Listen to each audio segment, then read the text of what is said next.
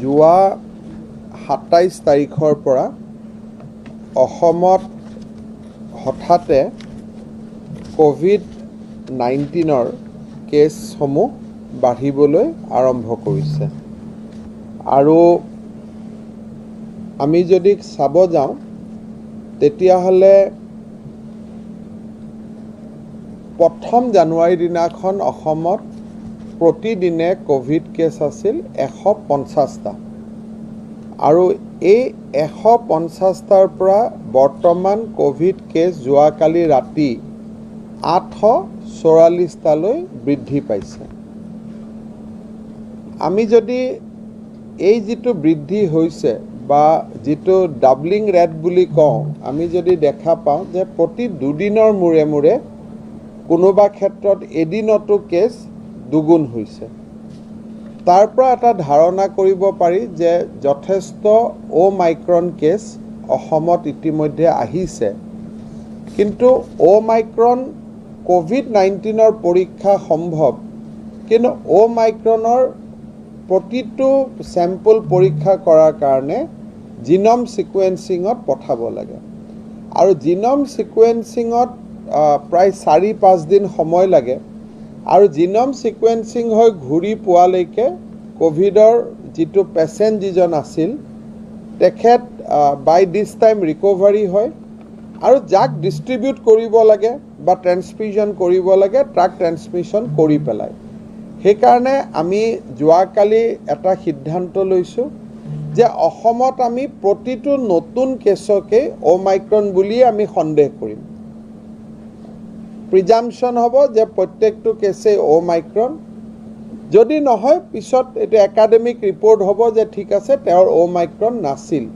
কিন্তু যিখিনি ট্ৰিটমেণ্ট হ'ব লাগে বা যিখিনি প্ৰিকশ্যন হ'ব লাগে সেইখিনি আমি প্ৰতিটো কেছকে অ'মাইক্ৰন বুলিয়ে আমি ধৰি পেলাই আৰম্ভ কৰিম। যদিও আজিৰ দিনত অসমত 9টা অ'মাইক্ৰন কেছ আমি আফটাৰ জিনম ছিকুৱেন্সিং ধৰাত পেলাব পাৰিছোঁ,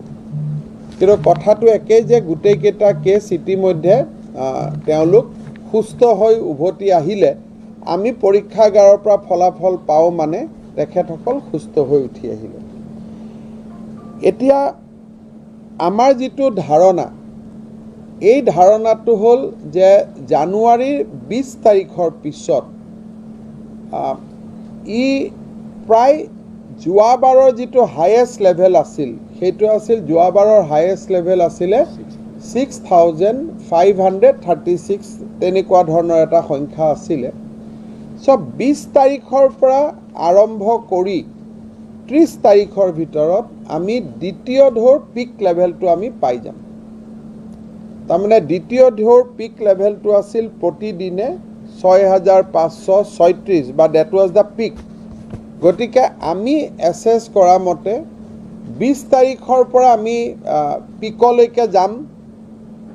বাই এণ্ড অফ জানুৱাৰী আমি পিক পাম আৰু পিকটো মই ভাবোঁ বা আমাৰ যোৱাকালি যিখন আমি গোটেইবিলাক বহিছিলোঁ আমাৰ এছেছমেণ্ট মতে this time peak will be more higher. So' যিটো যোৱাবাৰ আমি 6000 পিক দেখিছিলোঁ, that peak might be this time 12,000ও হ'ব পাৰে, 10,000ও হ'ব পাৰে বা তাতকৈ বেছিও হ'ব পাৰে, কাৰণ অ'মাইক্ৰন যিটো ভেৰিয়েণ্ট এইটো খুব লাইট ভেৰিয়েণ্ট আৰু ই ফটক কৰি ইজনৰ পৰা সিজনলৈকে ট্ৰেন্সমিশ্যন হৈ যায়। সেইকাৰণে the number of Covid cases will be according to our in-house estimation, it will be much more than what we have seen in first and second wave. So, পৰিৱেশটোৰ লগত সংগতি ৰাখি সেইকাৰণে আমিও কিছুমান নিয়ম বা কিছুমান যি আগৰ দুটা ঢৌত আমি কৰিছিলোঁ তাতকৈ অলপ আমি পৰিৱৰ্তন কৰি আমি অনাগত দিনবিলাকত এই কোভিড-19ৰ তৃতীয় ঢৌটোক আমি সন্মুখীন হ'ব বিচাৰিছোঁ। এতিয়া প্ৰথম যিকোনো ক্ষেত্ৰতে আমি যদি দেখা পাওঁ যে কোভিড-19ৰ বিৰুদ্ধে যুঁজাৰ এটা প্ৰধান কাম হৈছে যে টেষ্টিং। যদি টেষ্টিং নহয় তেতিয়াহ'লে আমি মানুহক আইডেণ্টিফাই কৰিব নোৱাৰোঁ, আইচলেশ্যন কৰিব নোৱাৰোঁ।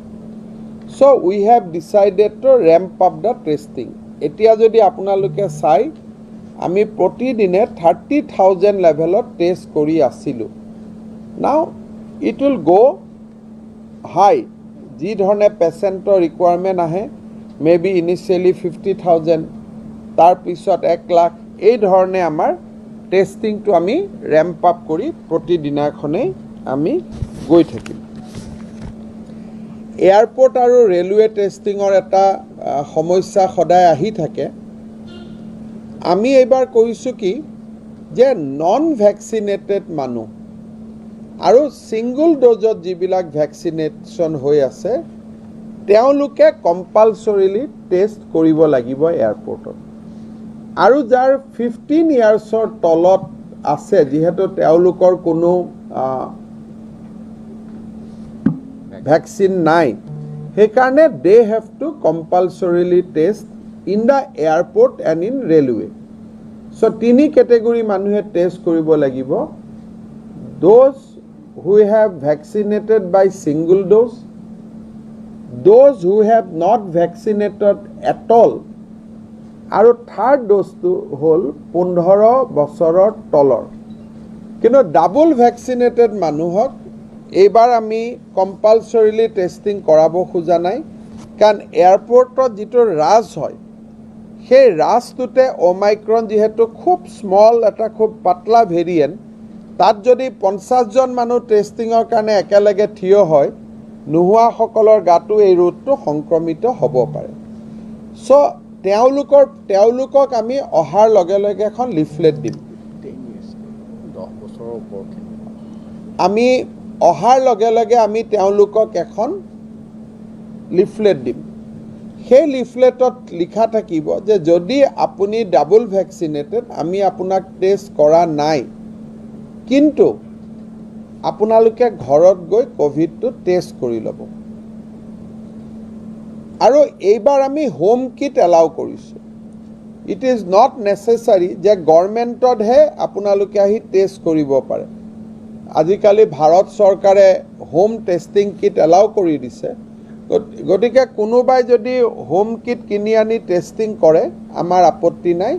কিন্তু আমাৰ কথাটো হ'ল যে যদিও আপুনি ডাবল ভেকচিনেটেড, দিল্লী বোম্বাইৰ পৰা যদি আহিছে, ঘৰতে টেষ্ট কৰক বা হস্পিটেলত আহি টেষ্ট কৰক, ইউ মাষ্ট টেষ্ট। নহ'লে আমি তেওঁলোকক আকৌ ফোনত সুধি থাকিব লাগিব। গতিকে আমি তেওঁলোকক অহাৰ লগে লগে উইল ডিষ্ট্ৰিবিউট এ লিফলেট যে আপোনালোকে ঘৰত গৈ টেষ্ট কৰি লওক। আৰু ৰিপৰ্টটো যদি আমাৰ হস্পিটেলত আহেতো আমি ৰিপৰ্ট পাই গ'লোঁ। যদি তেওঁলোকে ঘৰত হোম কিটত টেষ্ট কৰে, 104ত ফোন কৰি বা NHM-ৰ যিটো চিটিজেন এপ আমি বনাইছোঁ, সেই এপত তেওঁলোকে ক'ভিডৰ ষ্টেটাছটো আপলোড কৰি দিব, যাতে আমি নেক্সট ইমিডিয়েটলি কণ্টেক্ট টেষ্টিংবিলাক আৰম্ভ কৰিব পাৰোঁ। এই কথাখিনি এয়াৰপৰ্ট আৰু ৰেলৱে ষ্টেচনত ডাঙৰ ডাঙৰ হোৰ্ডিঙত লিখা থাকিব, আৰু ইণ্ডিভিজুৱেলি আমি তেওঁলোকক একোখন লেটাৰ একক, চিঠি একক আমি এখন তেওঁলোকৰ হাতত দি দিম, উইথ এটা চিমটম, কাক কেনেকৈ চিমটম আহে, কাক চিমটম বুলি ধৰিব লাগে, গোটেইখিনি ইলাবৰেটলি। কিন্তু ছিংগল আৰু non vaccinated children bill' 15 years De have two test. আমি এটা গল্ডেন ৰুল ৰাখিছোঁ যে 10 বছৰৰ বাচ্চাক আমি টেষ্ট নকৰোঁ, আপ টু 10। কিন্তু এইবাৰ যিহেতু ক'ভিডে সৰু ল'ৰা ছোৱালীক আক্ৰান্ত কৰিছে, গতিকে আমি অকণমান সৰু বাচ্চাকো এইবাৰ আমি টেষ্ট হয়তো কৰিব লাগিব। কাৰণ এইবাৰ ক'ভিডত যিটো আছে, সৰু বাচ্চাক কৰিব পাৰি বা কৰিব লাগিব। এইটো 8 বছৰ হ'ব নে 7 বছৰ হ'ব, এইটো আমি দেখুৱাম। কিন্তু ওপৰ এজটো হৈছে আপ টু 15 years, আৰু 15 yearsৰ ওপৰত আজিকালি ভেকচিন ল'ব পাৰে। এতিয়া এই বছৰ যিটো ক'ভিড আমি দেখা দিছে, ই এটা পজিটিভ চাইন এটাও আছে যে this is a light variant, আৰু আজিলৈকে হস্পিটেলাইজেশ্যন ই বহুত বেছি হোৱা নাই। কিন্তু এজ দ্য ভাইৰেণ্ট মেচিয়ৰ্ড আৰু পিক পোৱা সময়লৈকে যে হস্পিটাল নালাগিব সেইটো কোনেও গ্যাৰেণ্টি দিব নোৱাৰে বাট ইনিশিয়াল ডেজত অলপ হস্পিটালাইজেশ্যন কম হয় আমিও চৰকাৰৰ পৰা এবাৰ কৈছো যে আপোনালোকে ঘৰত থাকক you should be in home আৰু ঘৰত এজন খালি কেয়াৰ গিভাৰ থাকিব লাগে যোনে হস্পিটাল বা গভৰ্ণমেণ্টৰ লগত বা 104ৰ লগত সম্পৰ্ক ৰাখিব পাৰে আমি এটাই কণ্ডিশ্যন দিছো যে you can be in home provided you have a care giver জন যে নাৰ্ছ হ'ব লাগিব তেনেকুৱা নহয় এজন এটেণ্ডেণ্ট এজন যাতে থাকে যোনে পৰিৱেশ পৰিস্থিতি হ'লে ফোন কৰিব পাৰে 108 মাতিব পাৰে এম্বুলেন্সত আনিব পাৰে so this time our policy will be home isolation কিন্তু হোম আইসোলেশন হলেও আমি যাৰ ঘৰত কোভিড হৈছে তেওঁলোকলৈকে আমি এটা মেডিসিন কিট পঠিয়াম ঘৰলৈকে আৰু টেলিমেডিসিন সেৱাটো আমি যথেষ্ট এক্টিভ কৰিম আৰু যিদিনাখন তেওঁলোকৰ কোভিড টেষ্টিং হল তাৰ 7 দিনৰ পিছত আমি তেওঁলোকক নিগেটিভ বুলি ডিক্লেয়াৰ কৰিম উইদাউট টেষ্টিং তাৰমানে এবাৰ negative will be automatic on the expiry of 7 days যদি hospitalization নহয় একো নহয় then they will be considered as a covid negative আৰু যোন হস্পিটালতো থাকে এইবাৰ আমি ঠিক কৰিছো it will be just 5 days of hospitalization on the day 5th without testing আমি ৰিলিজ কৰি দিম unless they are serious কাবাৰ যদি অক্সিজেন কমি গৈছে তেতিয়াতো ৰিলিজ নহয় কিন্তু এসপিও যদি এটা লেভেলত থাকে অক্সিজেন যদি আমি দেখা পাওঁ যে 95 ৰ ওচৰা ওচৰি আছে আৰু কোনো সিম্পটম নাই then we will release them on the day 5th automatically তাত আৰু টেষ্ট কৰাৰ প্ৰয়োজন নাথাকিব কিন্তু যদিও 5 দিনত ৰিলিজ কৰিম তেওঁ 7 দিন ঘৰত হোম কোৱাৰেণ্টাইন হ'ব লাগিব সো এইখিনি হল আমাৰ ট্ৰিটমেন্টৰ ওপৰত দ্বিতীয়তে এইবাৰ আমাৰ যেহেতু আমি বহুত কোভিড কেছ পাম আৰু আমি হস্পিটালাইজেশ্যনটো বিচৰা নাই আনলেছ ইউ আৰ সিৰিয়াস আপুনি যদি হস্পিটালত নিজে আহে you have to pay in full এইবাৰ ট্ৰিটমেন্ট যি হ'ব অন ইউজুৱেল পেমেন্ট বেচিছত হ'ব ফ্ৰী ট্ৰিটমেন্ট এভেইলেবল নাথাকিব except for the BPL patient. BPL patient free pabo আৰু কোনোবা ইমাৰ্জেন্সি এডমিশন হল হাততটো পইচা নাথাকে গতিকে তেওঁলোকক ফ্ৰী দিব কিন্তু যোনে ঘৰৰ পৰা ভাবি চিন্তি আহে তেওঁলোকে they have to pay in full free treatment will not be available কিন্তু ঘৰত থাকিলে যেটো টেলি কাউন্সেলিং হ'ব বা ঘৰত যেটো মেডিসিন যাব those will be free তানে আপোনালোকে যদি অলপমান বস্তুটো বুজি লয় গুটেই কথাটো হল যে we are encouraging home isolation we are not encouraging hospitalization কাৰণ আমি বেড বিলাক নন সিৰিয়াস পেশেন্টে ৰখাটো বিচৰা নাই যাতে আইসিইউ আৰু হস্পিটাল বেড আমি সিৰিয়াস পেশেন্টক দিব পাৰো কেতিয়াবা হস্পিটালত বহুত মানুহ ভৰ্তি হৈ গলে আমি নন সিরিয়াস মানুহখিনিক নার্সিং হোম সিরিয়াস মানুহ আহিলে আমি নার্সিং হোমত পঠাব লাগে কিবা পঠাব লাগে however treatment to BPL population will be free of cost আৰু প্ৰধানমন্ত্ৰী জন আৰোগ্য আঁচনি বা আয়ুষ্মান ভাৰততো এবাৰ কোভিডৰ ট্ৰিটমেন্ট তেওঁলোকে আমাৰ যেটো ৰিইম্বাৰ্সমেন্ট মোডত পায় তেওঁলোকে তাৰো সুবিধা লাভ কৰিব পাৰিব হস্পিটালত আমি কোনো স্পেশাল ফুড তেওঁলোকক নিদিও আমাৰ হস্পিটাল যেটো ডায়েট হেতু পাব কিন্তু কোভিড কেয়াৰ সেন্টাৰত এইবাৰ আমাৰ যেটো খোৱা বুৱা হ'ব আমি স্ট্ৰংলি এডভাইস কৰিম যে আপোনালোকে ঘৰৰ পৰা আনিব আৰু নহলে সবৰ লগতে ক্যান্টিন এখন থাকিব আপোনালোকে ক্যান্টিনৰ পৰা খোৱাটো কিনি লব গুটেই কেটা কোভিড কেয়াৰ সেন্টাৰৰ লগতে পেকেট ফুড থাকিব which will be available on profit কাৰণ আমাৰ খোৱাটো it will be hospital diet গতিকে হয়তো বহুতৰ পছন্দ নাহিব সেই কাৰণে ক্যান্টিনখন থাকিব বাট আমি ভাবো যে ঘৰৰ পৰা nutritious home cook food will be much better এইখিনি হ'ব আমাৰ ট্ৰিটমেণ্ট ছাইডত যে হোম আইচলেশ্যন 104ত জনাব টেলিকনফাৰেন্সিং ছেটিং হ'ব ঘৰলৈকে আমি বিনামূলীয়াকৈ মেডিচিন পঠাম হস্পিটেলত যদি সিৰিয়াছ হৈ আহে বা BPL হয় এইটো ফ্ৰী ট্ৰিটমেণ্ট থাকিব কিন্তু যদি অপচনেল হস্পিটেলাইজেশ্যন যে মোৰ বহুত ভয় লাগিছে আমি হস্পিটেলত থাকোঁ that will be on payment আৰু এনেও পেইং কেবিনত যিসকল থাকিব it will B fully on payment this time আমাৰ কাৰফিউ আজিৰ দিনত 11:30 পৰা চলি আছে চ' আজিৰ পৰা অহাকালিৰ পৰা আজি SDM নটিফিকেশ্যন দিব অহাকালিৰ পৰা কাৰফিউ হ'ব 10টা বজাৰ পৰা 6 বজালৈকে দোকান পোহাৰ কোনোবাই 9:30 বন্ধ কৰিব পাৰে 9:45 বন্ধ কৰিব পাৰে ডিপেণ্ডিং অন এমপ্লয়ীখিনি কেনেকৈ ঘৰত গৈ পাব পাৰে কোনোবাই যদি কয় যে নহয় মোৰ এমপ্লয়ীখিনি ঘৰতে থাকিব হোটেলতে থাকিব দে কেন ৰান আপ টু 9:30 9:45 কিন্তু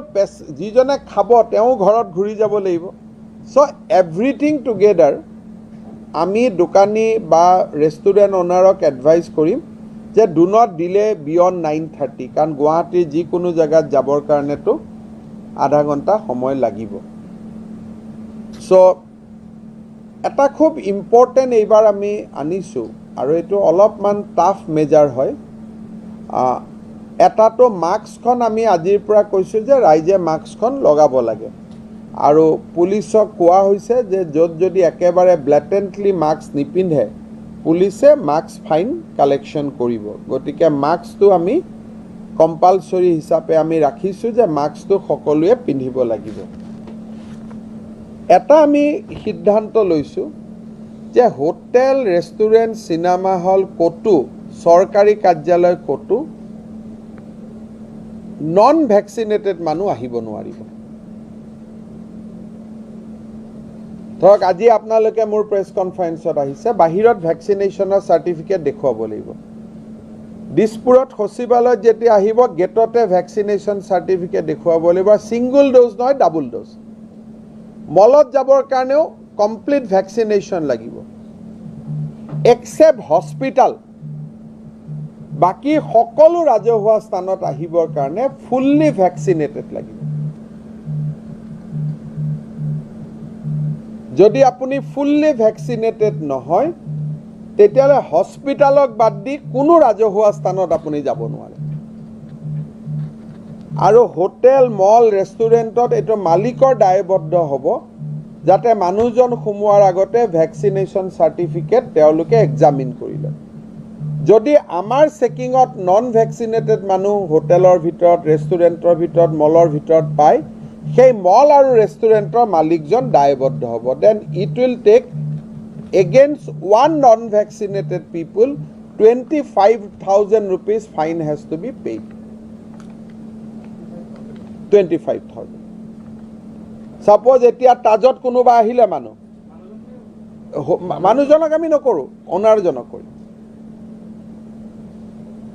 মানুহজনৰ লগত আমি কথা নাপাতো কাৰণ মানুহজনক আমাৰ মতে আপুনি সোমাবই নিদিব যদি নন ভেকচিনেটেড মানুহ হয় আৰু এইটোৱে বহুত মানুহক এফেক্ট নকৰে মই ভেকচিনেশ্যন ফিগাৰটো দিম আপোনালোকক এইটো লৈ পেলাই দেখাত যদিও ভয়ংকৰ যেন লাগিছে actually it may not include many people vaccinated বুলি ক'লে আমি ডাবল ভেকচিনেশ্যন বুজাওঁ আৰু চৰকাৰী কাৰ্যালয়তো নন ভেকচিনেটেড এমপ্লয়ী 15 তাৰিখৰ পৰা নাহিব কিন্তু নাহা মানে এইটো ছুটি নহয় নো ৱৰ্ক নো পে থাকিব তাৰমানে তেওঁলোকে যে নাহিব তেওঁলোকে এনেকুৱা নহয় যে ভালেই হ'ল বন্ধ হৈ গ'ল তেওঁলোকে সেই দিনটোৰ দৰমহা নাপাব প্ৰথমতে আমি কেজুৱেল লিভত এডজাষ্ট কৰি দিম আৰু কেজুৱেল লিভৰ পিছত আৰ্ণ লিভত এডজাষ্ট কৰি দিম তাৰপিছত নো ৱৰ্ক নো পে হৈ যাব মিনিং দিয়াৰ বাই সবেই যাতে 15 তাৰিখৰ আগতে ভেকচিনেশ্যনটো লৈ লয় পজিটিভলি যদি মই ক'ব খোজোঁ যে 15 তাৰিখৰ আগতে ভেকচিন লোৱাটো কম্পালচৰি কোনো চৰকাৰী কাৰ্যালয়ত যাব নোৱাৰিব চিনেমা হলত যাব নোৱাৰিব মলত যাব নোৱাৰিব ক'তো যাব নোৱাৰিব অকল তেওঁলোকে হস্পিটালতহে আহিব পাৰিব উইদাউট ভেকচিনেশ্যন, কাৰণ সেইটোতো মানুহৰ ইমাৰ্জেঞ্চি। বাকী স্কুল কলেজ চবতে নন ভেকচিনেটেড কোনো যাব নোৱাৰিব। আৰু এইটো আমি খুব টাফ কৰি ইমপ্লিমেণ্ট কৰিম। দোকান পোহাৰত নন ভেকচিনেটেড মলত গ'লে 25,000 হ'ব,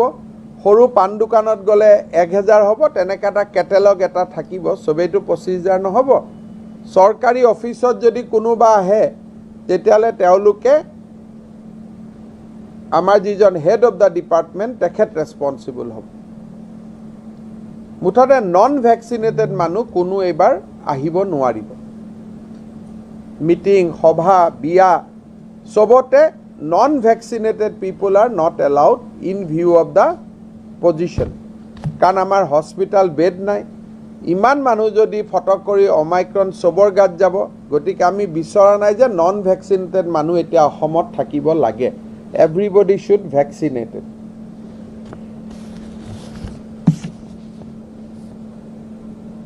মটৰ চাইকেলত যদি কোনোবাই পিলিয়ন ৰাইডিং কৰে, ভেকচিনেটেড মানুহে পিলিয়ন ৰাইডিং কৰিব পাৰিব। গাড়ীত যদি উঠিব খোজে, ভেকচিনেটেড মানুহে গাড়ীৰ পেছেঞ্জাৰ হ'ব পাৰিব। চিটি বাছত অকল ভেকচিনেটেড মানুহে যাব পাৰিব। 15 তাৰিখৰ পৰা নন ভেকচিনেটেড মানুহৰ কাৰণে এক প্ৰকাৰ কাৰফিউ লগাই দিয়া হৈছে। খালি হস্পিটালতে নিজৰ ঘৰত থাকিব পাৰিব, হস্পিটালত আহিব পাৰিব 15 জানুৱাৰীৰ পৰা, কাৰণ এটাতো সময় দিব লাগিব। গতিকে 15 জানুৱাৰীৰ পৰা এইটো আমি কৰিছোঁ। মই আহি যাম, বহুত নহয়, মই লাষ্টলৈকে আহিম। হা, ডাবল ভেকচিনেটেড ফুললি, এটা পাৰ্চিয়েলি ভেকচিনেশ্যনৰ কথা নাই। পাব্লিক বিয়াই সভাই 200 জন মানুহ থাকিব পাৰিব বা কেপাচিটি অফ দ্য হলটোৰ 50%। এতিয়া আমি whichever less or bigger আমি কোৱা নাই। আমি কৈছোঁ যে যদি কোনোবা ডাঙৰ হল এটা হয়, তাৰ 50% এটেণ্ডেঞ্চ পাব। সে শংকৰদেৱ কলাক্ষেত্ৰত ইট উইল বি 500 to 600। কিন্তু যদি নৰ্মেল বিবাহ বাহৰবিলাকত যিহেতু তাত 200 মানুহ নধৰে, গতিকে তাত 50% 100 হৈ যাব। So' it will be just 50% total capacity. কিন্তু চিনেমা হলত যদি ফুল্লি ভেকচিনেটেড মানুহ আহে, আমি কেপাচিটি লগোৱা নাই এতিয়াও, 100 থাকিব। কিন্তু বিয়া সভা ফাংচন মিটিং এইবিলাকত হ'ব 50% of the capacity of the hall. এইটো আমি অহাকালিৰ পৰা ইমপ্লিমেণ্ট হ'ব। চুলাই যিটো ভাটি, সেইটোৰ পৰা বহুত সংক্ৰমণ হয়। DC আৰু SP সকলে এইটো এনচিয়ৰ কৰিব যাতে চুলাইৰ ভাটি গধূলি নচলে। এনেইতো এইটো illegally,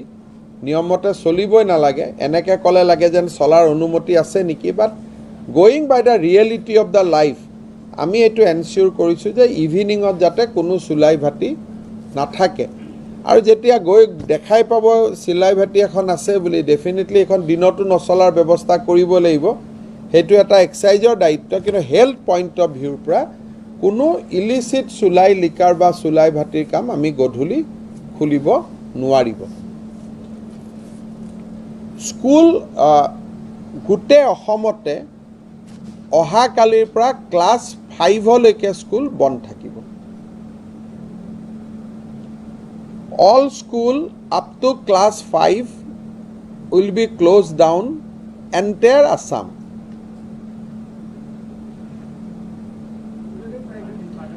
Private, public, so up to 30th January. 30 January. LP school completely বন্ধ থাকিব up to class 5.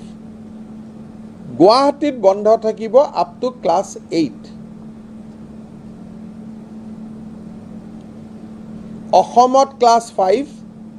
আৰু গুৱাহাটীত স্কুল বন্ধ থাকিব up to class 8. হেল্থ ডিপাৰ্টমেণ্টে এইটো এনচিয়ৰ কৰিব। ছাপোজ অহাকালি কামৰূপ ৰুৰেলতো কেছ বাঢ়িলে, ডিব্ৰুগড়ত কেছ বাঢ়িলে, হেলথ ডিপাৰ্টমেণ্টে ডিচিক নিৰ্দেশ দিব যে আপোনালোকৰ তাতো ক্লাছ 8লৈকে বন্ধ কৰক চ' বিগিন উইথ ক্লাছ 5 কিন্তু য'ত য'ত প্ৰয়োজন হ'ব তাত ক্লাছ 8লৈকে বন্ধ কৰিব আৰু যি 9-10 খোলা থাকিব আৰু 11 9-10-11ৰ ক্লাছ সপ্তাহত আধা দিন হ'ব ৰোটেশ্যনেল বেচিছত 12টো এজ ইউজুৱেল থাকিব তেওঁলোকৰ পৰীক্ষা আছে 9-10-11 এইটো সপ্তাহত ৰোটেশ্যনেল বেচিছত চলিব তাৰমানে এজনে এটা ক্লাছে 3 দিন পাব so 9 will be 3 din 10 will be 10 days 11 will be 3 days but 3 বা 4 days যেটো এডুকেশন ডিপার্টমেন্টে ঠিক করে 50% বুলি কলে যেটো পড়িব কিন্তু 12 will be full class 12 and তার উপৰত পুরা ক্লাস থাকিব engineering medical college technical institution will run as usual তাতে কোনো রেস্ট্রিকশন নাই 9ৰ পৰা 11লৈকে 9-10-11 ৰোটেশ্যনেল চলিব অহাকালি শিক্ষা বিভাগে তাৰ ডিটেইল গাইডলাইন দি দিব 9-10-11 আমি এইটো বিচাৰিছো যে ৰোটেশ্যনেল চলক যাতে স্কুলখনত ভৰ্তি হৈ না যায় ষ্টুডেন্ট আজি যদি 9 আহিছে অহাকালি 10 আহিব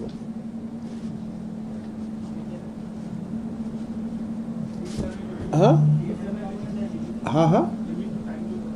টাইম তো এডুকেশন ডিপার্টমেন্টে যেটো নর্মাল স্কুল আওয়ার্স হবো এডুকেশন ডিপার্টমেন্টে নোটিফিকেশন ইস্যু করিব যে 9 কোনবারে আহিব 10 কোনবারে আহিব এটু এতিয়ালৈকে 30 জানুৱাৰী with effect from day after tomorrow কালি এডুকেশন ডিপাৰ্টমেন্টে নোটিফিকেশন দিব পৰখিৰ প্ৰায়টো লাগিব কিন্তু ক্লাস 5 লৈকে যেটো বন্ধ এটো ফ্ৰম টুমৰো লাগি যাব গুৱাহাটীত ক্লাছ 8লৈকে যেটো বন্ধ এটো অহাকালি লাগি যাব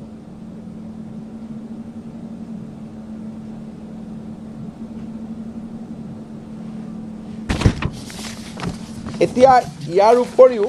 আমি কেইটামান সৰু সৰু আৰু ৰেষ্ট্ৰিকশন লাগিব যে আমি এতিয়া ৰেষ্টুৰেন্ট বিলাকত আৰু বাস বিলাকত 50% সিটিং ক্যাপাসিটি কৰা নাই আমি ফুল কৰিছো খালি ষ্টেন্ডিং নহব ৰেষ্টুৰেন্টটো 100% আহিব পাৰিব টু দা সিটিং ক্যাপাসিটি বাসটো মানুহ বহিব পাৰিব up to the seating capacity night super আমি এলাউ কৰিছো নাইট সুপাৰ কাৰফিউ হলেও চলিব পাৰিব আৰু নাইট সুপাৰৰ কাৰণে প্ৰত্যেক ডিস্ট্ৰিক্ট এডমিনিষ্ট্ৰেচনে অকল নাইট সুপাৰৰ মানুহখিনিয়ে টেক এৱে খোৱা লবৰ কাৰণে হোটেলত বহি ৰাতি খাব নোৱাৰিব টেক এৱে লবৰ কাৰণে কেইখনমান ৰাস্তায় ৰাস্তায় দোকান তেওঁলোকে এলাউ কৰি দিব কিন্তু তাৰ ওপৰত টেক এৱে লব পাৰিব বহি খাব নোৱাৰিব আমি মিছাত ৰখিলো আমনিক ৰখিলো পেকেট বনোৱা থাকিব আমাক পেকেট দি দিব টেক এৱে হে পাব তাতে বহি পেলাই খাব নোৱাৰিব হে টেক এৱে দিবৰ কাৰণে ৰাস্তা দোকান খোলা থাকিব নাইট সুপাৰ কাৰণে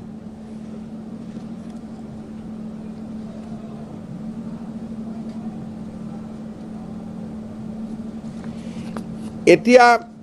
আমি ইন্টাৰ ডিস্ট্ৰিক্ট আদিও খোলা থাকিব মানে ইন্টাৰ ডিস্ট্ৰিক্টত কোনো ধৰণৰ বন্ধ নাথাকিব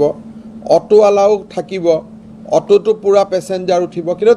তিনটাহে বহিব পাৰিব চাৰিটা নোৱাৰিব সিটিং ক্যাপাসিটি যি ধৰণে পাৰমিট আছে সিটিং ক্যাপাসিটিৰ ওপৰত নোৱাৰিব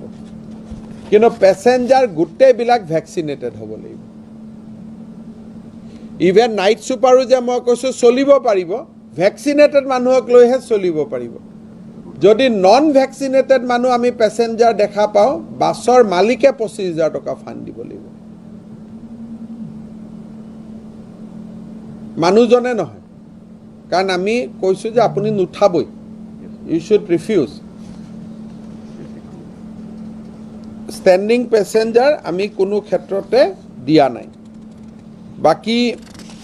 এতিয়া মই আহিছো মেইন যেটো পাৰ্ট হেতু হল যে ভ্যাকসিনেশন আপোনালোকে যদি চাব খুজে তেলে দেখিব যে এইবাৰ আমাৰ গোটেই এফৰ্টটো হৈছে অন ভেকচিনেশ্যন কাৰণ আমি গোটেই পৃথিৱীৰ পৰিৱেশটো পৰ্যালোচনা কৰিছোঁ আৰু ওমাইক্ৰন প্ৰতিহত কৰাৰ কোনো ষ্ট্ৰেটেজিয়ে ছাজেষ্ট হোৱা নাই মানে এতিয়ালৈকে কোনো ছাকচেছ হ'ব পৰা নাই যে আমি কণ্টেইনমেণ্ট মেজাৰলৈ ওমাইক্ৰন ৰখাম সেইটো হোৱা নাই বেষ্ট ইন ওমাইক্ৰন যে বেমাৰটো হ'লেও যাতে পানী লগা পৰ্যায়ত থাকি যায় ই যাতে প্ৰগ্ৰেশ্যন নকৰে that is the best course of action আৰু তাৰ কাৰণে আমাৰ হাতত অস্ত্ৰ কি ভেকচিনেশ্যন এতিয়া আপোনালোকে যিটো মোক ভেকচিনেশ্যনৰ কথা সুধিছে আজিৰ মুহূৰ্তত প্ৰত্যেক মুহূৰ্তত অলপ অলপ বদলি হৈ থাকে আজি এই ষ্টেটমেণ্টটো আমি ৰেডি কৰা সময়লৈকে অসমত ভেকচিন পোৱা মানুহৰ সংখ্যা হ'ল 3 ড'জ ব্যক্তি নহয় পিছত মই ব্যক্তিটো বনাই দিম 3,85,43,557 ড'জ ভেকচিন আমি দিছোঁ বা ড'জ মানে ব্যক্তি নহয় 3,85,00,000 লগভগ ড'জ আমি দিব পাৰিছোঁ এটা ব্যক্তি কিমান ইয়াত হ'ল যিটো ফাৰ্ষ্ট ড'জ ভেকচিন লৈছে সেই সংখ্যাটো আমি আহি পাইছোঁ 2,23,41,000 আপোনালোকে পেপাৰলৈকে যায় মানে গধূলিলৈকে it will B 2,24,00,000 against the targeted position of 2.37 lakhs বুলি আপোনালোকে ক'ব পাৰে 2.17 হ'ল অৰিজিনেল 20 lakhs হ'ল যিটো 15 to 18 years so 2.37 যদি আমি পাই যাওঁ we can say that we are fully vaccinated আৰু আমি যদি আৰু সকলো ঠিকে থাকে তেতিয়ালে আমি এই মাহত এই ফিগাৰটো আমি পাই যাম কাৰ্বি আলং আৰু ৱেষ্ট কাৰ্বি আলং জিলাত দুৰ্ভাগ্যবশতভাৱে কিছু ব্যক্তিয়ে ভেকচিন ল'ব খোজা নাই আৰু তেওঁলোকে বহুত ৰেজিষ্ট কৰে কাজিয়া পেছাললৈকে হৈ যায় আমি তাতে দিব পৰা নাই কিন্তু বাই ৰেষ্ট অফ আসামত we have achieve the adult vaccination target খালি আমাৰ যেটো 15 পৰা 18 এটো যেটো নতুন ব্যৱস্থা 20 লাখ মানুহক আমি দিব লাগিব আমি জানুৱাৰী মাহৰ ভিতৰত first dose will be completed otherwise আমি কমপ্লিট কৰিছো ইফ দা নিউ ডিৰেকশ্যনৰ কাৰণেহে আমি ৰখিছো আদাৰৱাইজ উই হেভ কমপ্লিটেড এতিয়া হক সেকেন্ড ড'জ য'ত গোটেই গণ্ডগোলটো লাগি আছে সেকেন্ড ড'জটো লোৱা মানুহৰ সংখ্যা হ'ল 1,62 lakhs তাৰমানে লগভগ 40 লাখ মানুহে 2,17,00,000 যদি আমাৰ টাৰ্গেট হয় মই 15 to 18 বছৰটো বাদ দিছো 2,17,00,000 মাইনাস 1,62 লাখ সো 55 লাখ মানুহে সেকেন্ড ড'জ লোৱা নাই আৰু এই যিমান মই ৰেষ্ট্ৰিকশ্যনৰ কথা ক'লো it will be virtually applicable on 55 lakhs of population জুনে এতিয়া সেকেন্ড ড'জ লোৱা নাই বহুতে ক'ব আমাৰ সময় হোৱা নাই 42 lakhs মানুহৰ অলৰেডি সময় হৈ গৈছে আৰু 15 তাৰিখ আহে মানে সকলোৱে সময় হৈ যাব গতিকে আজিৰ পৰা মই ৰাইজক সহায় বিচাৰিম মই তেওঁলোকৰ পৰা সহযোগিতা বিচাৰিম যে U come and just take the vaccine second dose first dose more or less loise Karbi Along aru Boithalangsu Poschim Karbi Alongot olop samossya ase ami juji asu কিন্তু otherwise everybody has taken the first dose এতিয়া first dose লোৱা সকলে যদি second dose to লৈ লয় অসমত ওমাইক্ৰনৰ effect ইমান নপৰিব ভাৰতৰ হিচাপত we are maintaining a very good number কাৰণ আমি অলমোস্ট 70% আমি চলি আছো যদি ইন্ডিয়ান ষ্টেটিষ্টিক্স চাই we are in the top 5 bracket but it is not a question of statistics এতিয়া ষ্টেটিষ্টিক্স চাব লাভ নাই এইটো মানুহৰ জীৱন চাব লাগিব ষ্টেটিষ্টিকেটো আৰু এটা বাৰুনি পইণ্ট ল'ব পাৰে কিন্তু মানুহৰ জীৱনটো জীৱনে সেইকাৰণে আমি ষ্টেটিষ্টিক্স কোনোবাই ক'ব পাৰে যে ইণ্ডিয়াত 70 you are also' 70 why you are so' harsh কিন্তু আমি এইকাৰণে হাৰ্ছ হ'বলগীয়া হৈছে বিকজ মাইক্ৰনত that is the only option to save people there is no' other option এইটো বিয়পি থাকিব আৰু without vaccination Omicron can be fatal but with vaccination বেমাৰটো হ'ব but it will be somewhere lighter সেইকাৰণে আমি ভেকচিনেশ্যনত গুৰুত্ব দিছোঁ 15 পৰা 18 বছৰৰ ল'ৰাৰ ক্ষেত্ৰত মই যিখিনি নীতি কৈছোঁ এইখিনি প্ৰযোজ্য নহয় কাৰণ তেওঁলোকৰতো ডিউ হোৱা নাই গতিকে এই যিটো মই কৈছোঁ যে নন ভেকচিনেটেড মানুহ আহিব নোৱাৰিব যাব নোৱাৰিব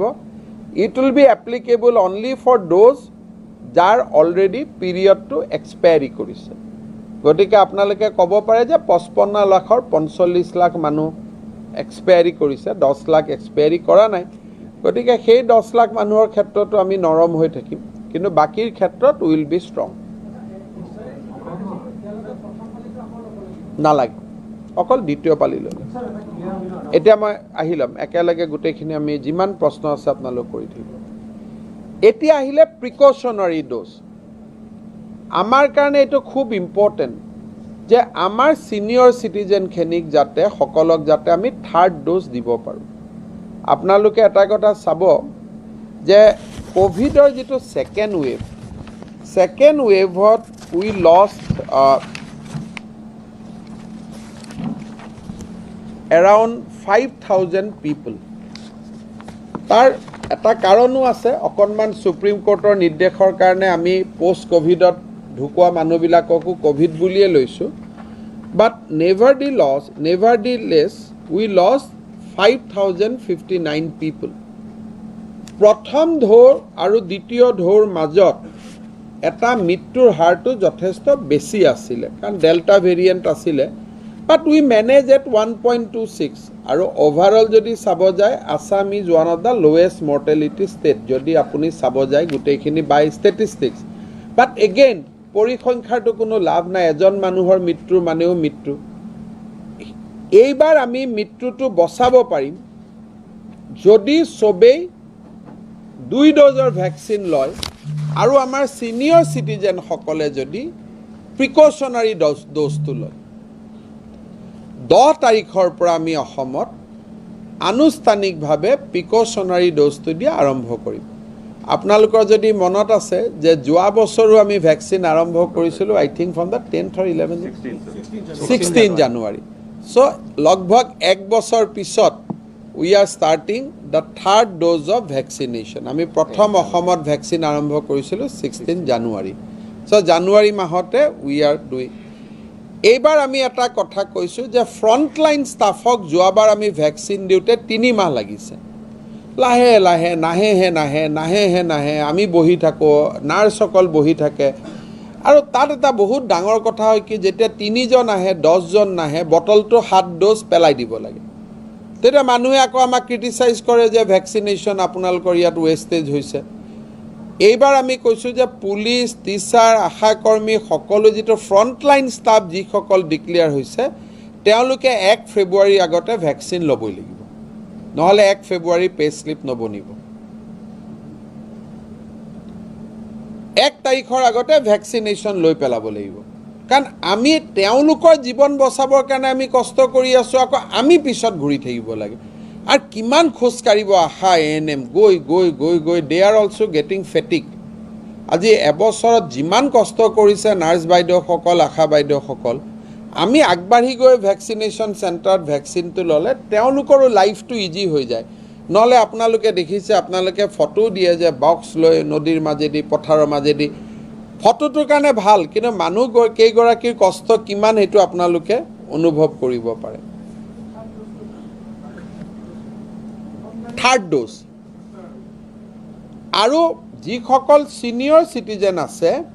সেইসকলে second dose precautionary dose after expiry of 9 months from the second dose ল'ব পাৰিব গতিকে 10 তাৰিখে তেওঁলোকৰ কাৰণে আমি খুলি দিম কিন্তু ভাৰত চৰকাৰৰ নিৰ্দেশ যে 39 weeks or 9 months হ'ব লাগিব ফ্ৰম দ্য ছেকেণ্ড ড'জ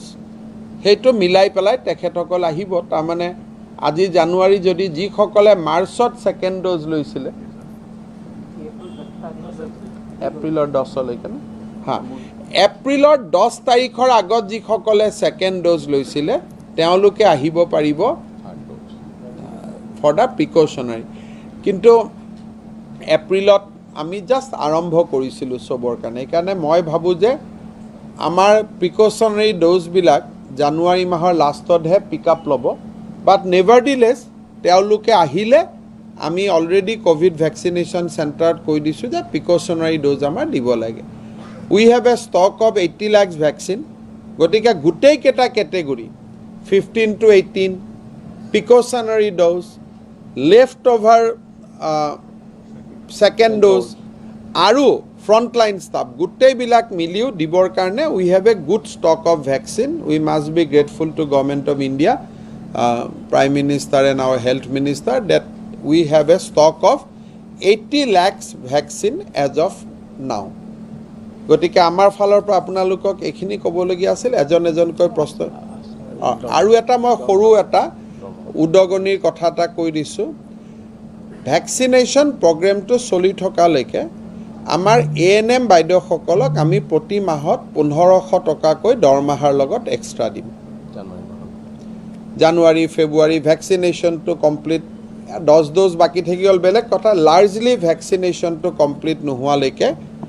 এমাহো লাগিব দুমাহো লাগিব পাৰে 3 মাহো লাগিব পাৰে will give them 1500 per month basically up to 31st March Asha facilitator আৰু ভেকচিন ভেৰিফায়াৰ দুজন আৰু কাম কৰে লগত তেওঁলোকেও ভেকচিন ভেৰিফায়াৰ আৰু আশা ফেচিলিটেটৰেও 1500 টকা প্ৰতি মাহত চৰকাৰৰ পৰা ইনচেণ্টিভ পাব ঠিক আছে আৰু আশা কৰ্মীসকলে 1000 টকা প্ৰতি মাহত ভেকচিনেশ্যন পাব 500 টকা ভেকচিন ছুপাৰভাইজাৰসকলেও 1500 এখন লিষ্ট ওলাব কিন্তু মোৰ অৰ লেছ আশা বাইদেউসকলে প্ৰতি মাহত 1000 ANM সকলে 1500 পাব বাকি কেটেগৰীখিনি চৰকাৰে নটিফাই কৰি দিব লামসাম এইটো বাট আপ টু 31 মাৰ্চ কাৰণ আমি 3 মাহত আমি এইটো চেছ কৰিব লাগিব বহুত ৰখি থাকিব নোৱাৰো এতিয়া আপোনালোকৰ যি প্ৰশ্ন আছে এজনকৈ কৰি থাকক মই সকলোকে উত্তৰ দিম ৰত্নদীপ আজা ৰত্নদীপ এক মিনিট মই সবকে উত্তৰ দিম I have time ৰত্নদীপ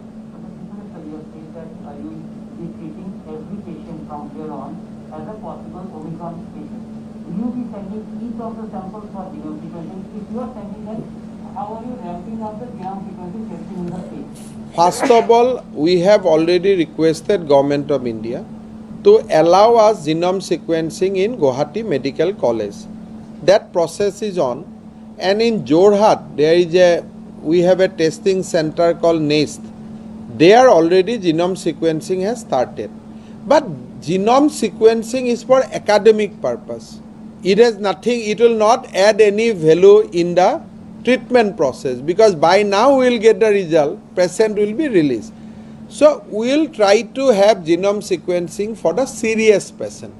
not for everyone. So if we go up to 1 lakh testing, 1 lakh genome sequencing is highly impracticable. So we will put up a percentage as per Government of India guideline and we'll send dose treatment. But we'll suspect everybody as a Omicron or Delta. This is the two variant.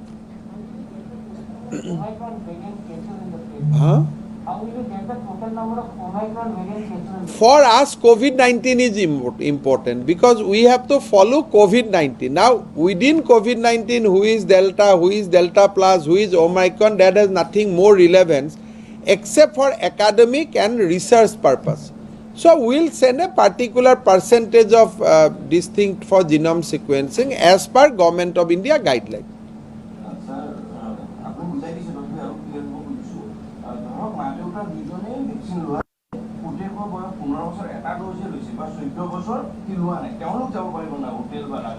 তেওঁলোকে যেহেতু vaccine তেওঁলোকৰ কাৰণে ওলোৱাই নাই গতিকে তেখেতসকলে যাব পাৰিব ইয়াত কোনখিনি মানুহৰ কাৰণে আমি ৰেষ্ট্ৰিকশ্যন আনিছোঁ যিসকলে উইলফুল ডিফল্টাৰ ভেকচিন দিয়াৰ ব্যৱস্থা আছে নিজৰ মতলবত ভেকচিন লোৱা নাই তেওঁলোকৰ কাৰণেহে ৰেষ্ট্ৰিকশ্যন কিন্তু 14 বছৰৰ তলৰ ল'ৰা ছোৱালী ভেকচিনটো নাই গতিকে মাক বাপেকৰ লগত তেওঁলোক ৰেষ্টুৰেণ্টত যাব কিন্তু মাক আৰু বাপেকগৰাকীক টেষ্ট কৰিব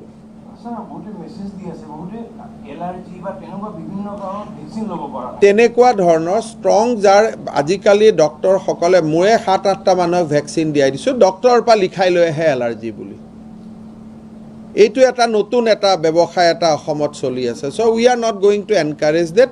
যাৰ জেনুইন আছে তেওঁলোকক আমি দেখিলে চিনি পাম তেওঁলোকক এতিয়াতো এখন মেডিকেল চাৰ্টিফিকেটত পকেটত লৈ ঘূৰাও এটা নিয়ম ডাঙৰ IPS অফিচাৰ এগৰাকীক মই ধৰিছোঁ এখন চাৰ্টিফিকেট লৈ বহি আছে মোৰ এলাৰ্জি আছে মই দিয়কচোন আজি মোৰ আগতে দিয়ক হৈ গ'ল ভেকচিন এলাৰ্জিটো একো নাই সেইকাৰণে প্ৰেগনেণ্ট লেডি ভাৰত চৰকাৰে যিসকলক এক্সেম কৰিছে যে গৰ্ভৱতী মহিলা বা এনেকুৱা যিখিনি এক্সেমটেড কেটেগৰীত আছে সেইখিনিতো থাকিব মানে ফাৰ্ষ্ট ড'জ লওঁতে যদি এলাৰ্জি নাহিলে ছেকেণ্ড ড'জত ক'ৰ পৰা এলাৰ্জি আহিব সেইকাৰণে হয় নহয় কওকচোন ফাৰ্ষ্ট ড'জতো এলাৰ্জি নাহিলে গতিকে ছেকেণ্ড ড'জত ক'ৰ পৰা এলাৰ্জি আহিব আমি এই যে আমাক যে মোবাইলত মাৰি প্ৰশ্নবিলাক কৰে তেওঁলোকক মই বিনম্ৰভাৱে কৈছোঁ যে এইবিলাক ব্যৱস্থা আপোনালোকৰ কাৰণেহে কৰিছোঁ আমাৰ কাৰণে কি আমাৰ কাৰণেতো দৰকাৰ নাই হেলমেট পিন্ধিব ক'লে কয় অমুকে হেলমেট পিন্ধা নাই আমি কিয় পিন্ধিম মাস্ক পিন্ধিলে কয় অমুকে মাস্ক পিন্ধা নাই আমি পিন্ধিম ভাই তেওঁক মৰিব দিয়ক আপোনাৰ জীৱনটো আমাৰ চকুত বেছি মূল্যৱান আপুনি বাচি থাকক দুদিন পিছত ক'ব অমুকে SPয়ে পিন্ধা নাই মাস্ক আমি কোন CMয়ে পিন্ধা নাই আমি কিয় পিন্ধিম অমুকে পিন্ধা নাই আৰে ভাবে তেওঁলোকক মৰিব দিয়ক আপোনালোক আমাৰ কাৰণে বেছি important your life has a higher value than that defaulter people গতিকে মই 2 হাত জুৰি অনুৰোধ কৰিছোঁ যে এইবিলাক বাদ দি 15 তাৰিখৰ আগতে সকলোৱে ভেকচিন লওক কাৰণ মানুহৰ মৃত্যুটো সহ্য কৰিব নোৱাৰি আমি মেডিকেলত সদায় গ'লে যাওঁ দেখোঁ চিটাৰ কাৰণে এপ্লিকেশ্যন এটা সময় এনেকুৱা আহি যায় যে চিটাত কাক আগত জ্বলাব তাৰ কাৰণেও মুখ্যমন্ত্ৰীৰ ফোন লাগে মই যোৱাবাৰ ইমান দুখদায়ক পৰিৱেশ মানুহে ৰিকুৱেষ্ট কৰিছে যে ছাৰ আমি ঘূৰি যাব লাগে আমাৰ ডেড বডিটো আগত জ্বলাবৰ কাৰণে কৈ দিয়কচোন আমি যিমান বেদনা ফেচ কৰিব লাগে বাহিৰৰ পৰা আমি এনেকৈ থাকোঁ কিন্তু ভিতৰত আমি যিমান মানে বেদনা ভৰা ৰাতি গৈ খাব নোৱাৰি ৰাতি গৈ শুব নোৱাৰি মানে we face a different kind of trauma সেইকাৰণে মই আমাৰ অসমত এইবিলাক নিয়ম আছে হেলমেটৰ পিছফালে পিন্ধিব ক'লে কয় কিয় পিন্ধিম চৰকাৰক ফাইন লাগে কাৰণে পিন্ধিব কৈছে আৰে বাবা আমাকতো ফাইন নালাগে হেলমেটটোহে লাগে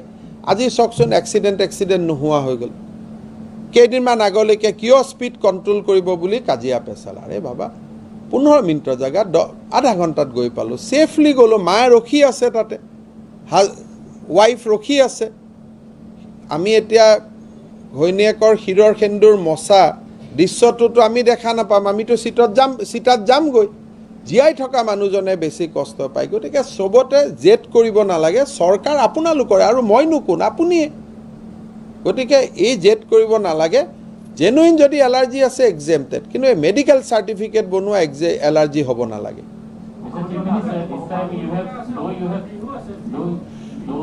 বিহু 10টা বজালৈকে মানুহে বিহু খাব 10টা বজাত ঘৰত সোমাব ৰাতিপুৱা 6টাত আহি আকৌ মেজি জ্বলাব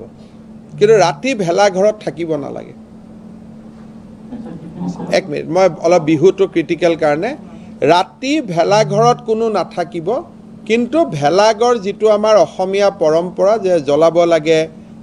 আমি কণী যুঁজ খেলিব লাগে এই যিটো কেপাচিটিৰ কথা আমি যিটো ক'লোঁ যে 200 মানুহতকৈ বেছি গোট খাব নালাগে বাকী সকলো হ'ব খালি 10টাৰ ভিতৰত খানা খাই ঘৰত সোমাব লাগিব আৰু ৰাতিপুৱা 6টা বজাত আকৌ গা পা ধুই আহি ভেলাটো জ্বলাব কাৰফিউটো বলবৎ হৈ থাকিব উৰুকা দিনাখনো 10টালৈকে থাকিব 10টাতকৈ আৰু নাথাকে 10টা বজাত এনেও মানুহ নাথাকে বজাৰত গতিকে উৰুকা দিনাখনো 6টাৰ পৰা 10টালৈকে চলিব আপোনাৰ মোৰ ঘৰত যদি নিমন্ত্ৰণত আহিছে কোনোবা উৰুকা খাব 10টাত মোৰ ঘৰলৈকে ঘূৰি যাম অলপ উৰুকাৰ খোৱাটো অলপ সোনকালে বনাম আৰু নিজৰ ঘৰত যাতে ৰাতি নিজৰ ঘৰতে খালেতো ৰাতি 12টালৈকেও জুইটো জ্বলাই বহিব পাৰিব কিন্তু সামাজিক যি ভেলাঘৰত ৰাতি কোনো নাথাকে ৰাতিপুৱা 6টা বজাত আহি ভেলা জ্বলাব উৰুকাৰ মাছৰ বজাৰ দিনাখন যথেষ্ট ভিৰ হয়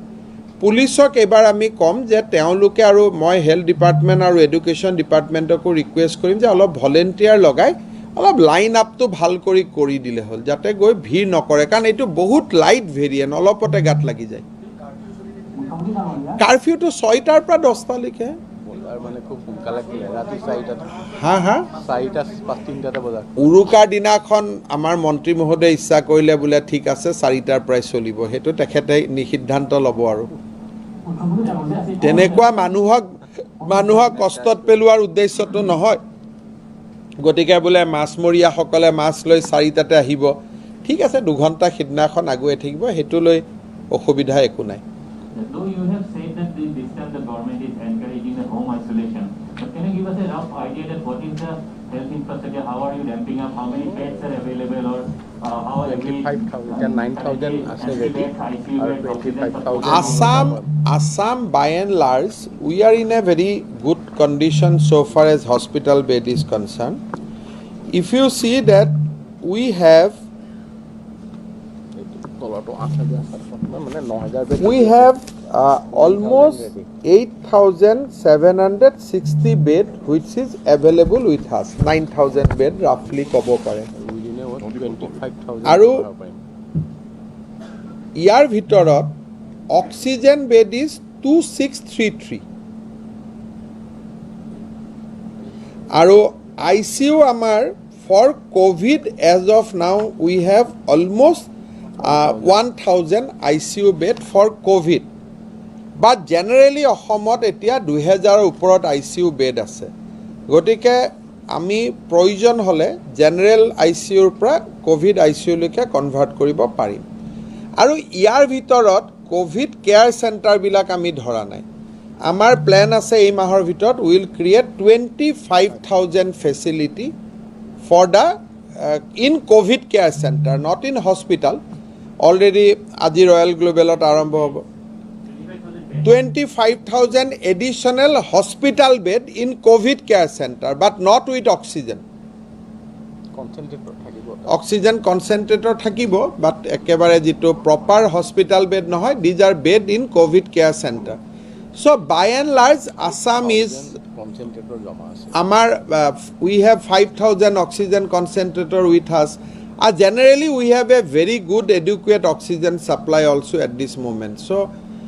logisticor pro amar kono problem nai we have 25,000 every day it will be created that today 1,000 will be added so by the time COVID get peaks we will have 25,000 hospital bed ami ebar ব্যবস্থা কি কৰিছো সৰকাৰৰ বহুত বেছি খৰচ হৈ যায় কাৰণে আমি এটা স্টিমুলেশন কৰিছো যে অহা সপ্তাহত আমাক কিমান বেড লাগিব আমি কিমান বেড এক্টিভ কৰো নেক্সট উইকত কিমান লাগিব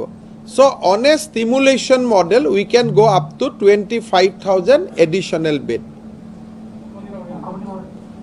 nine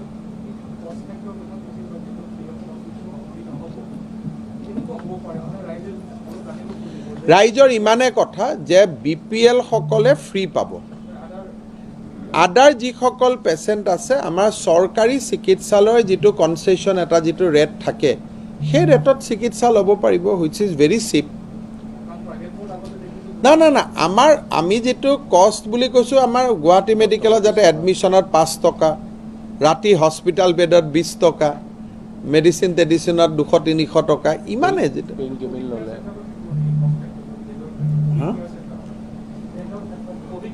কোভিড কেয়াৰ চেণ্টাৰত আমি বেডত পইচা নলওঁ অকল আমি কৈছো কি যে মই একদম বুজাই দিছো ইয়াত কি হয় ককটেল লাগে ৰেমডিসিভিৰ লাগে বহুত হাই কষ্ট মেডিসিন লাগে সৰকাৰি দামটো কম হয় গটিকে আমাৰ মেডিকেল বা ডিস্ট্ৰিক্ট হস্পিটালত গলে সৰকাৰি যেটো ৰেট সেই ৰেটটো তেওঁলোকে দিব লাগিব কিন্তু বিপিএলৰ কাৰণে দিব নালাগে আৰু কোনোবা ইমাৰ্জেন্সি পেশেন্ট যায় পকেটত পইচাৰ কথাটো তেতিয়া পাতিব নোৱাৰে সো ইমাৰ্জেন্সি পেশেন্টকো আমি ফ্ৰী অফ কষ্ট ট্ৰিটমেন্টটো কৰি দিম আৰু কোভিড কেয়াৰ চেণ্টাৰ সমূহতো ফ্ৰী অফ কষ্ট থাকিব অক্সিজেন কনসেন্ট্ৰেটৰ ফ্ৰী অফ কষ্ট থাকিব মেডিসিনো ফ্ৰী অফ কষ্ট থাকিব কিন্তু খোৱাটো মেডিকেলৰ ডায়েট পাব গতিকে বহুত মানুহে খোৱাটো কমপ্লেইন কৰিব যে আমাৰ মেডিকেলৰ ডায়েটটো ৰোগীৰ কাৰণে হয় কোভিড কেয়াৰ চেণ্টাৰত যিমান মানুহ যায় সব ৰোগী নহয় অলপ ভয়ত যায় আদাৰৱাইজ তেওঁলোক সুস্থ মানুহ গতিকে তেওঁলোকৰ কাৰণে বাহিৰত কেণ্টিন এখনো থাকিব আৰু ঘৰৰ পৰা খোৱা বস্তু লৈ আহিব পাৰিব सर मैं जमील प्रेशर सर ये जो लोग पेशेंट होते हैं जो प्रोग्राम इलनेस के शिकार जो अस्पतालों में जाते हैं डबल डोज के बावजूद भी उनको रैपिड एंटीजन टेस्ट करवाना पड़ता है तो क्या अभी भी वही लागू रहेगा या जो डबल डोज ले चुके हैं उनको नहीं देखिए double dose is not the protection because double dose लेने का बाद भी कोविड तो हो ही सकता है सो हमारा जो टेस्टिंग है कि आप ओपीडी डॉक्टर आपको टच करने का पहले डॉक्टर तो आपको आपका तो देखेगा आपका स्टेटस क्या है इसलिए नहीं तो डॉक्टर लोग बीमार हो जाएगा और मेरा पास डॉक्टर कितना लोग हैं सो इसलिए मेरा प्राइमरी कंसर्न है डॉक्टर लोगों को बचा के रखना सो इसलिए आप डबल वैक्सीन लीजिए 3 वैक्सीन लीजिए डॉक्टर का सामने करने का पहले आपका तो आरएटी होगा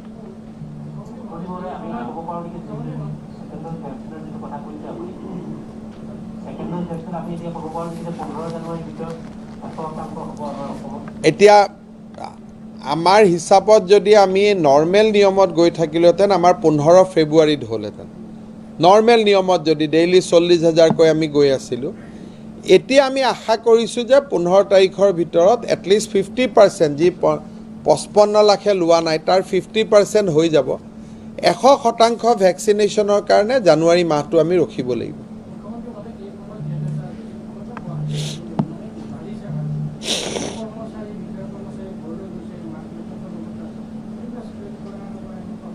নহয় মাক দেউতাকৰ লগত যোৱাখিনিতো ভালে থাকিব কাৰণ মাক দেউতাকৰ আশীৰ্বাদেই যথেষ্ট ইয়াতে ঘূৰা ঘূৰি কৰি থকা সকলৰহে বিপদ আছে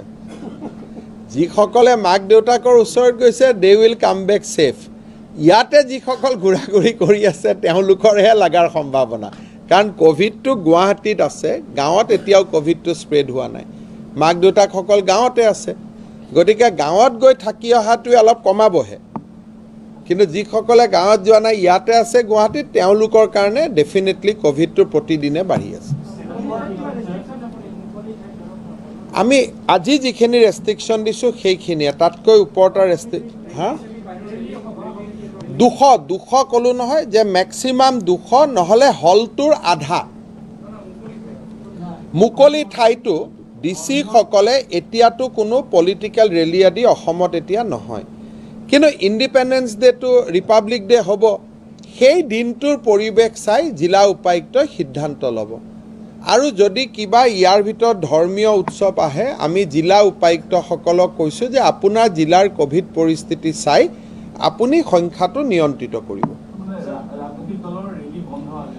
এতিয়াৰ পৰা ৰাজনৈতিক দলৰ এনেও ৰেলী নাই অকল চৰকাৰী প্ৰগ্ৰেমখিনিৰ বাদেতো অসমতো এতিয়া ৰেলীৰ কোনো কথাও নাই যদি পৌৰসভাৰ ইলেকশ্যন হয় তেতিয়াহে ৰেলীৰ কথা আহিব ব্ৰেথ এনালাইজাৰটো এনেকৈহে মাৰে দূৰৰ পৰা মই না নিজে চাইছোঁ এইটো ঘূৰি অহা বস্তু নহয়তো মই এনেকৈ এই বস্তুটো ইমান সেইকাৰণে মই ৰাতি চাইছোঁ এনেকৈ আগুৱাই দিয়ে আৰু তাত ফুকায় এনেকৈ শুহি নলয় সেইটো ফুকায়হে গতিকে তাৰ লগত কোভিডৰ কোনো সম্পৰ্ক নাই পুলিচজনৰ হ'ব পাৰে পুলিচজনৰতো 3 ড'জটো ভেকচিন সেইকাৰণে আমি ল'ব দিছোঁ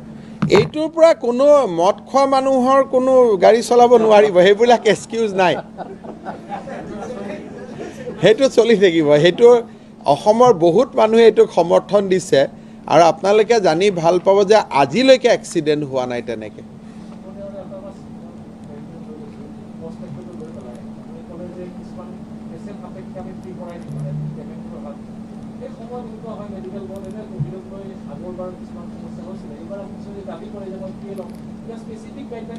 নহয় প্ৰথম কথাটো এনেকুৱা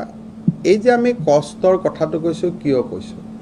তাৰমানে কিছুমান মানুহে ভয় খাই হস্পিটেলত আহি হস্পিটেলৰ বিচনাখনত তেওঁলোকে বহি থাকে সিৰিয়াছ পেচেণ্টজনক আমি হস্পিটেলত দিব নোৱাৰোঁ সেইকাৰণে আমি এই ব্যৱস্থা এইকাৰণে লৈছোঁ কাৰণ আমাৰ মতেদি এইবাৰ হস্পিটেলাইজেশ্যনো বহুত হ'ব আমি এই ব্যৱস্থাখিনি এইকাৰণে কৰিছোঁ যাতে নন সিৰিয়াছ মানুহ হস্পিটালত নাহে দিল্লীটো একেটাই নিয়ম সবতে একেটা নিয়ম কৰিছে যে নন সিৰিয়াছ পেচেণ্টক এটা এডমিশ্যন নিদিয়ে আমি এডমিশ্যন নিদিও শব্দটো নকৈ পেলাই আমি অলপ ভাল কৰি কৈছোঁ যে ঠিক আছে আপোনালোক আহিলে কিন্তু অলপ খৰচ কৰিব লাগিব যাতে মানুহ নহা হয় কথাটো হ'ল এইটো কিন্তু বেটাৰ শব্দটো আছিল যে non serious patient will not be admitted কিন্তু অসমত টান কথা ক'লে অলপ ভালো নালাগে মানুহে বেয়া পায় সেইকাৰণে সেই শব্দটোকে মই অলপ ঘূৰাই পেলাই কৈছোঁ যে আপোনালোক আহিলে কিন্তু যোৱাবাৰ দৰে ফ্ৰী নাপাব অকণমান খৰচ কৰিব লাগিব যাতে মানুহ নাহে আজি মইতো লগত এইটো শব্দ কৈয়ে দিলোঁ যে সিৰিয়াছ পেচেণ্টক আমি ফ্ৰী ট্ৰিটমেণ্ট কৰিম BPLক ফ্ৰী ট্ৰিটমেণ্ট কৰিম আৰু কষ্ট লৈ অসমৰ হস্পিটালত কোনো মানুহে সমস্যাৰ সন্মুখীন নহয় আমি যদি 1 টকা লওঁ 100 টকা আমি বেছিকৈ দিয়ে পঠাওঁ Mr. Chief Minister, it is very easy to monitor the air presence. However, we have seen that there has been a spike in states like New Delhi and Maharashtra and West Bengal. So how you are going to keep a track on those who come by train? No, we have a robust system in the last 2 waves because unlike Delhi or Maharashtra, they have not tested people compulsorily since beginning. But Assam has created a robust system. So by and large, we can track 90% of the people. But there will be people who will jump in the, before they get the airport or railway station. You have seen that many people when train gets slower, then they jump out of the rail to avoid testing. So on those cases, you cannot have 100%, but by and large we have able to cover 90% of the people even at the peak. Mr. Chief Minister, on and off, different states have actually updated their backlog death figures. In Assam, the bulletin that we regularly get, suppose yesterday's figure was 6,100 plus people have died, but additionally there is another column which says 1,347 have died COVID comorbid. Why are we not integrating that figure? When That figure is already integrated for the purpose of COVID benefit. But they are just, you can add that 1,000 as a COVID. It is just a formality. They will do it because in that 1,000 also you have to inquire. Supreme Court has given a date. If after COVID negative, after so many days if it is died, then he will be declared as a COVID positive. We are not getting time to investigate it about the entire case record of these 1,300 people. So you have to have all these are academic work. So you have to take little time out of your busy schedule and do it. we don't have any, otherwise we don't have any backlog. No, this is a transparent data. You have this of data and status about this 1,300. But some people keep on adding. How they keep on adding? They are in home. They died. Initially, they do not come and say that we died in COVID. But when this financial situation has rolled out, now they are claiming, giving various positivity data. So 10% variation you can always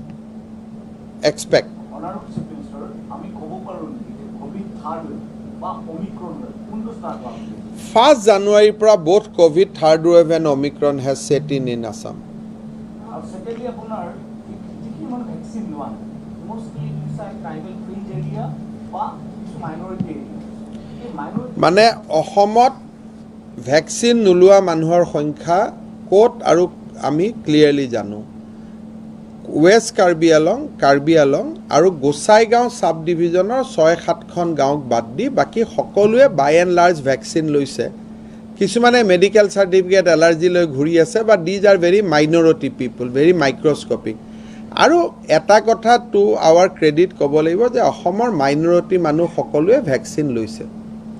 অসমত কোনো religious মাইনৰিটিৰ পৰা vaccine resistance এবাৰ নাছিলে it's and everybody has taken vaccine ক'বাত যদি আৰু কমিউনিকেশ্যনৰ কাৰণে আমি যাব পৰা নাই এইটো বেলেগ কথা বাট আমাৰ ইলেকশ্যনৰ চেঞ্চাছ মতে আপুনি যদি চাই কেইদিনমান আগতে ভোটাৰ তালিকা ওলালে ভোটাৰ তালিকাতকৈ আমাৰ ফাৰ্ষ্ট ড'জ ভ্যাকচিন বেছি আছে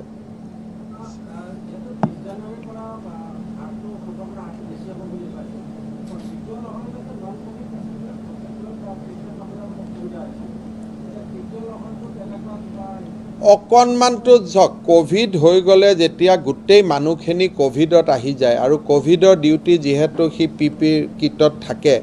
8 ঘণ্টাতকৈ বেছি ডিউটি কৰিব নোৱাৰে আমাক ষ্টাফ বেছি লাগে কোভিডত নন কোভিড মানুহখিনিৰ কষ্ট অলপ হয় সেইটো আপুনি ৰুলড আউট কৰিব নোৱাৰে কিন্তু এতিয়া আমাৰ লাহে লাহে মেডিকেল কলেজবিলাকত হস্পিটালবিলাকত চিষ্টেমবিলাক ডেভেলপ কৰিলে যে কোভিড ৱাৰ্ডটো অলপ দূৰত কোভিড আইচিইউটো বাহিৰত সেইকাৰণে মই ভাবোঁ যে ফাৰ্ষ্ট আৰু ছেকেণ্ড ৱেভতকৈ থাৰ্ড ৱেভত এই কষ্টটো অলপ কম হ'ব কিন্তু একেবাৰে নহ'ব বুলি আমি ক'ব নোৱাৰোঁ এতিয়ালৈকে আমি ৰেষ্ট্ৰিকশ্যন কৰা নাই আমি তেওঁলোকক সিটিং কেপাচিটিত ৰাখিব দিছোঁ কিন্তু এটা সময় আহিলে হয়তো আমি 50% বা বন্ধ এনেকুৱালৈকে যাব লাগিব কিন্তু যেহেতু প্ৰথমতে তেওঁলোকৰে ইকনমিক ক্ষতি হয় তেওঁলোকে যদি অকল ডাবল ভ্যাকসিনেটেড মানুহক জিম কৰোৱাই থাকে সুইমিং কৰোৱাই থাকে আমি এতিয়ালৈকে ৰেষ্ট্ৰিকশ্যন দিয়া নাই কিন্তু যদি তেওঁলোকে সিঙ্গল ভ্যাকসিনেটেড মানুহক আনি কৰায় they have to pay fine of 25,000 rupees তীৰ্থস্থানতো আজিলৈকে সেইটোৱে যে ডাবল ভ্যাকসিনেটেড মানুহ আৰু ডাবল ভ্যাকসিনেশন মানুহে এতিয়া কামাখ্যা মন্দিৰতো যদি কোনোবা আহে ডাবল ভ্যাকসিনেশনতে আহিব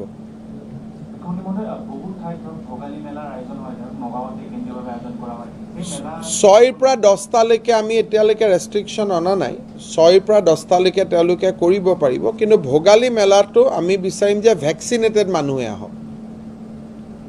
মানে গোটেই এইবাৰ যদি আপোনালোকে ব্যৱস্থাটো চাই যেহেতু ভ্যাকসিন লৈ থাকিলে মৃত্যু নহয় বেমাৰটো হ'ব মানুহৰ মৃত্যু নহয় সেইকাৰণে আমি ভ্যাকসিনেটেড মানুহখিনিৰ বহুত বেছি বাধা আমি ক্ৰিয়েট কৰা নাই আৰু আজি মোৰ কেইগৰাকী ওমাইক্ৰনৰ পৰা প্ৰতিকাৰ vaccine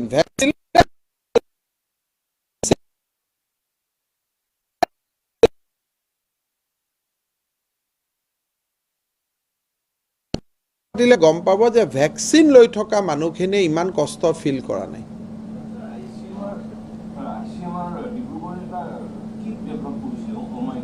said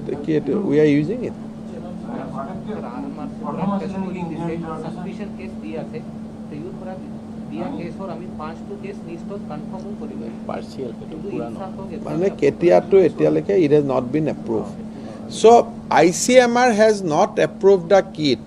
but for reference instant result they are using ICMR Lahwal is using আমাক জনাই দিয়ে যে এটো আমি সন্দেহ কৰিছো কিন্তু একেবাৰে হয় শব্দটো নকয় যেতিয়ালৈকে জিনোম সিকোয়েন্সিং নাহে but this is a good test আৰু মই ভাবো যে it is a matter of time it will be approved আৰু এতিয়া হপাই হেৰি কাৰণেও কিট ওলাইছে নেকি ওমাইক্ৰন তো এতিয়া আমি টেন্ডাৰ কৰি আছো to the Tata has invented A kit য'ত আপুনি জিনোম সিকোয়েন্সিং নকৰাকৈও ওমাইক্ৰন ধৰাত পেলাব পাৰে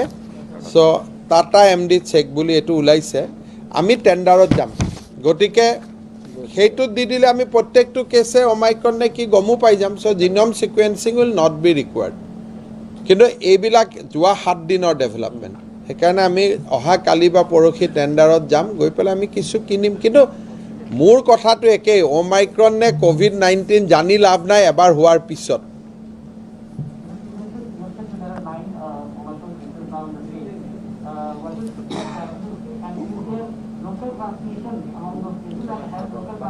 As I told you, the 9 Omicron confirmed cases are here. We have sent more sample for genome sequencing, but going by the spread, we should presume that Omicron has hit the Assam.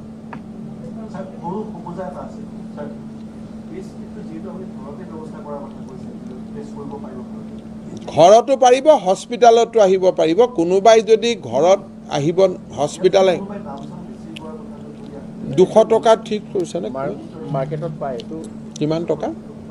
মাৰ্কেটৰ তো private market দাম বেছি ললে ঘৰত নকৰিলে হস্পিটালত আহি গলে হল আৰু আমিও চকু নজৰ ৰাখিম মানে দুটা অপচন আছে ঘৰতো আছে হস্পিটালতো আছে আমাৰ আগৰ দৰে গুৱাহাটীত আমি টেষ্টিং সেন্টাৰ বিলাক মুকলি কৰি দিম